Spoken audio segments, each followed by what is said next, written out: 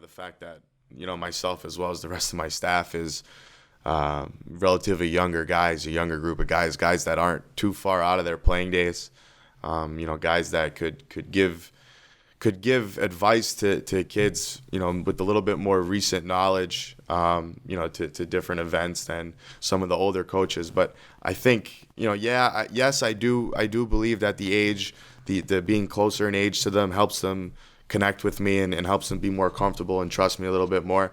But I also think that that's not something that's like a requirement. I think that there's older coaches out there that are really good with building rapport with their players and showing an interest in their players and just, getting the kids to show that you truly care, you truly want them to succeed. I think that rapport building really affects your relationship with them more. So it does make it easier, though, being closer in age. I think they're a little bit more comfortable.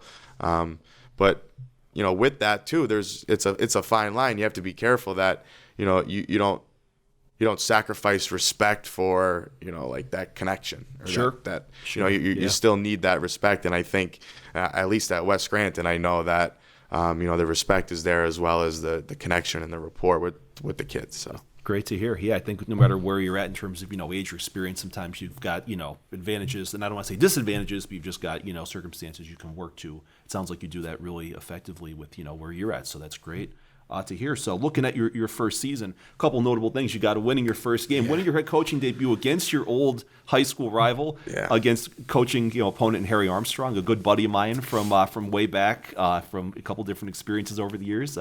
And that's a really big way to start off with the win. And for the program, correct me if I'm wrong, but there had been a multi-season stretch without a win for the program. So you guys open up with a win over, again, not just your high school rival, but also a longtime rival, a little bit smaller school, I think, than West Scranton. But a lot of good Riverside West games over the years. Definitely. So tell us a little bit about how you started off there and what it felt like. Yeah, so, Harry Armstrong, obviously, going up against him, unfortunately, through my high school career, I didn't get to play against him as a coach and a player.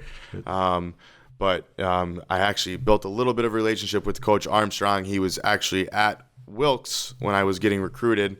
So I spent some time with him in my recruiting trip. So him and I built a little bit of a relationship together.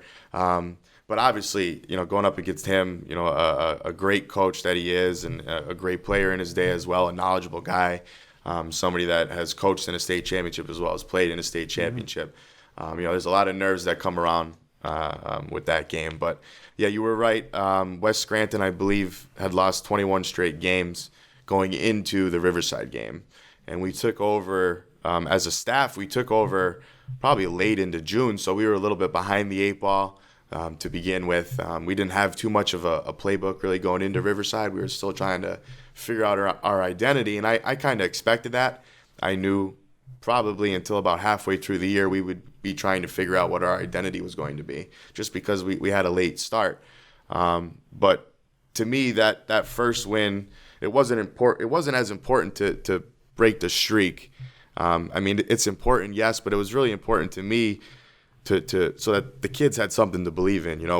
We practiced so hard for those 6-7 weeks, probably harder than they're used to practicing or what they've experienced in their high school career. And we tell them all these things. We change their practice structure and their routine, and we put them through all these different drills, and we're teaching them all these different terminology and technique and stuff that they're not used to. Sure. For us to win that game, I think it helped get that belief and that buy-in just a little bit more. And it was important to the community, obviously, to break that 21-game lose streak. But it was more important for us that the kids got that little sense of success, and it kind of propelled us forward into the rest of the season, knowing that we had a tough, next 4 or 5 weeks coming up after Riverside. And, I didn't think too much about the Old Forge Riverside thing going into it. It's hard not to. Obviously, I coach, on my staff, I have guys like Matt Trotta and Joey Bruno and Corey Suryavong and Lexus Suryavong and Ethan Mulrooney, all these guys that came with me from Old Forge, as well as some West Scranton guys who, West Scranton, like you said, West Scranton and Riverside's also a rivalry too. They're neighboring towns, so that used to be a bigger rivalry back in the day. But these guys had experience playing against Riverside too, so I tried not to think about it too much. It's tough not to think about, but ultimately it was about the kids, and I just really wanted to. I was nervous because I wanted to get the win for my guys, really.